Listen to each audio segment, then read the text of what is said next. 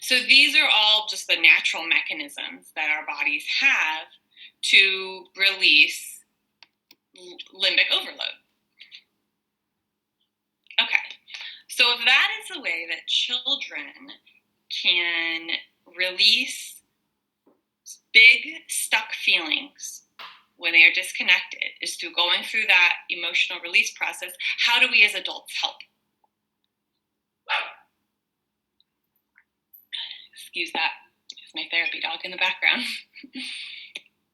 Okay, so it's important that we set limits and listen with love.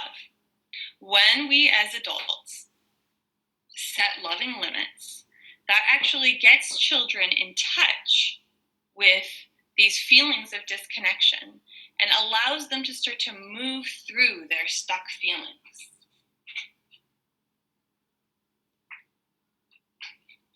It stimulates that healing process where the children get in touch with the limbic hijack and start to go through the release that we just spoke about. Now, this can be a challenging concept for parents. There's a feeling of, well, if I listen to my child's tears or tantrums, that I'm reinforcing the negative behavior.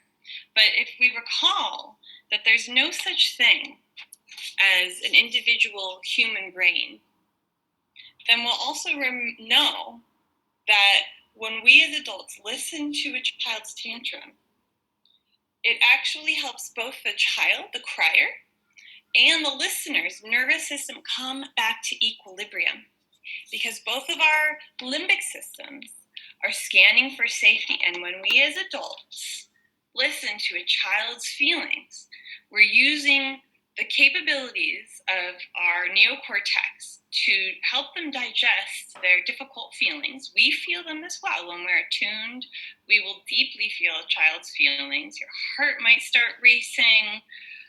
You might get your own feelings from childhood re-stimulated. Feelings of helplessness come up, and we can bring a sense of calm to that. Then it also allows the child's brain to start to offload the feelings and come back to a sense of calm. Because trauma is healed by adding loving acceptance of the difficult emotion to the experience of that emotion. So in this image, the child is crying and very upset, and the adult is simply holding her close and not trying to make the feeling go away, but adding a sense of loving acceptance to that emotion. Oh, yeah, I get it that you're upset. You really wanted to keep playing. And when we add that loving acceptance of that emotion, it adds new neural networks.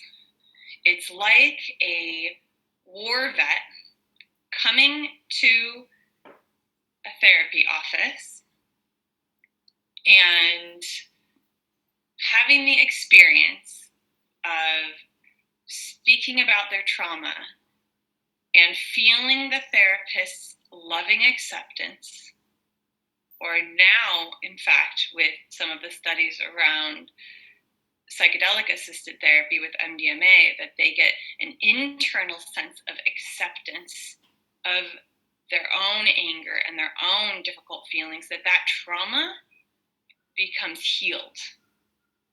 In therapy, there's not a whole lot of curing, but this is one of the ways that there is when we add this loving acceptance to a difficult emotion.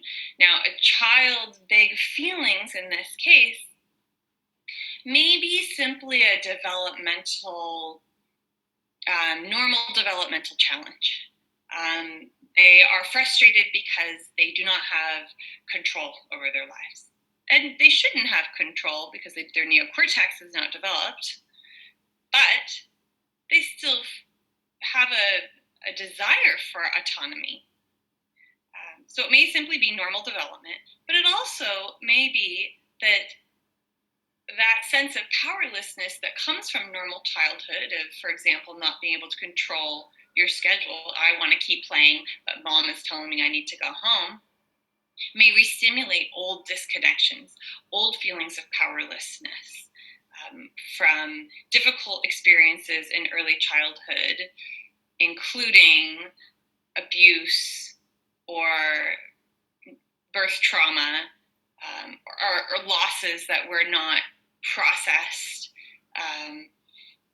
even big moves. If the child is not, just because they don't seem to be aware, doesn't mean they're not affected. So when we listen to a child's feelings in this way, we allow them to release their current stuck feelings and any related trauma, and allow their brain to come back to equilibrium. So